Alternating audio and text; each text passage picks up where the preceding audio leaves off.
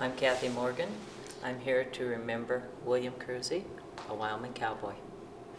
I'm Jim Kruse.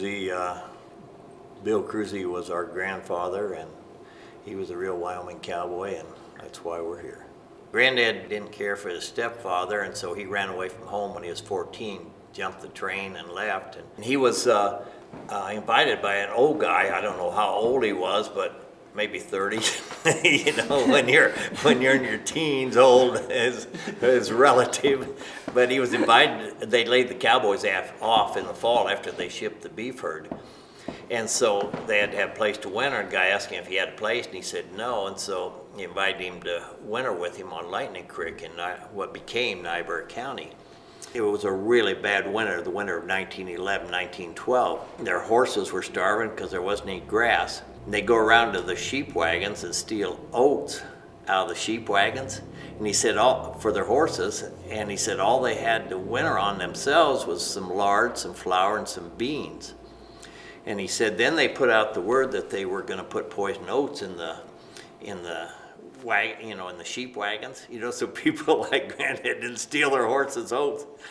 And so they were afraid to steal oats after that. So what they do is they get up in the morning and they crawl up on the top of those cottonwood trees with their axes, and they cut the branches out so the horses would eat the small branches. That's all they had to eat because everything else was covered with snow.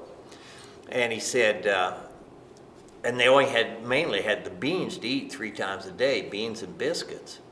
And he said they'd get up in the morning and have beans for breakfast, and they'd go cut branches for their horses, and they'd come in and have beans for lunch.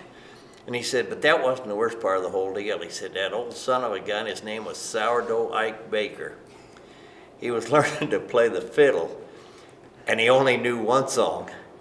And he said after we ate lunch, he said, he'd get to squawking on that fiddle, and he'd make a mistake, and he'd stop, and he'd cuss, and he'd chew, and he'd spit, and he'd start all over again. He said, that was the longest winter I ever spent.